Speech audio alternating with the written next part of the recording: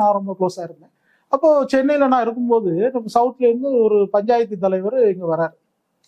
அப்புறம் நாங்க எல்லாம் வந்து காலையில இங்க வல்சரவாக்கத்துல தான் ஒரு வீட்டுல வராண்டால ஊஞ்சல் போட்டு ஊஞ்சல்ல உட்கார்ந்துருக்காரு. இதுல எல்லாம் இவ்வளவு சட்டத்தட்டையா மோதிரம் எல்லாம் போட்டு கழுத்துல செயின் எல்லாம் போட்டு இவ்வளவு பெரிய முடியெல்லாம் வச்சு அப்ப உங்களுக்கு யாருன்னு ஐடென்டிஃபை ஆயிருக்கும் தெரியும்ல. இப்படி இங்க கொஞ்சம் முடி விட்டாலே யாருன்னு தெரிஞ்சிருக்கும் அந்த காஸ்ட். அப்படி உட்கார்ந்துருக்காரு. உட்கார்ந்துட்டு அப்படி ஃபோன் போடுறாரு, ஸ்பீக்கர்ல போடுறாரு. ஸ்பீக்கர்ல போட்டோன்னா ஒரு பாட்டு பாடுது. என்ன பாட்டுன்னா, எனது வெற்றியை நாளை சரித்திரம் சொல்லும்னு ஒரு பாட்டு உண்டுல்ல, பழைய பாட்டு. அது எம்ஜிஆர் பாட்டு தானே அது. ஆமா, அந்த பாட்டு பாடுது. பாடின உடனே நான் மற்ற சமூகத்தை சேர்ந்தவன்னு அவருக்கு தெரியல.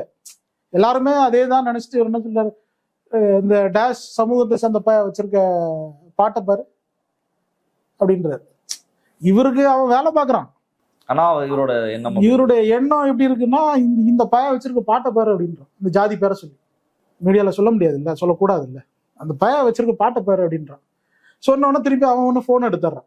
ஃபோன் எடுத்தோடனே ஐயா சொல்லுங்க ஐயா அப்படின்ட்டு, யூரியா போட்டியா அதை போட்டியா, உன்னை நம்பி தான் நான் வந்தேன் மெட்ராஸுக்கு, 4 நாள் இருப்பேன், நீ எல்லாம் பார்த்துக்கோ, அதை பார்த்துக்கோ, அதை பார்த்துக்கோ, அதை எடுத்து இங்கே கொடுத்துரு, இங்கே கொடுத்துரு, இங்கே கொடுத்துரு, அது இதெல்லாம் சொல்றேன். சரியா சரியான்னு சொல்றான். போன வச்சிடுறாரு.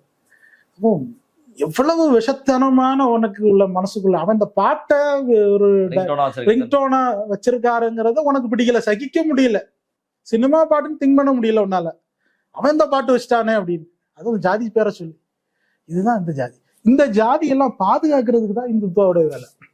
கவர் பண்ணணும். இப்போ சார் நீங்க இருக்கீங்க, நான் உங்களை வந்து வாடா போடான்னு பேசிட்டே இருக்கிறேன். நீங்க டக்குன்னு ஒரு நாள் ஒரு வேலைக்கு போயிட்டீங்க எடுத்து உங்களை நான் சார்னு கூட முடியாது இல்லை, அப்புறம் மனநிலை வராது இல்லை. இதுதான் பிரச்சனை. இது வராம இருக்கணும்னா நாம ஒரு கட்டமைப்புக்குள்ளே இருக்கணும். அதுதான் இந்து மதம்.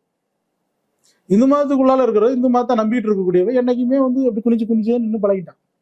அந்த அவரோட டெத்தை சொன்னீங்க, அதுல யாருமே வரல. அவங்களுக்கு வந்து ஒரு டர்னிங் பாயிண்ட் இதுல இருக்க வேணான்றது அங்கதான்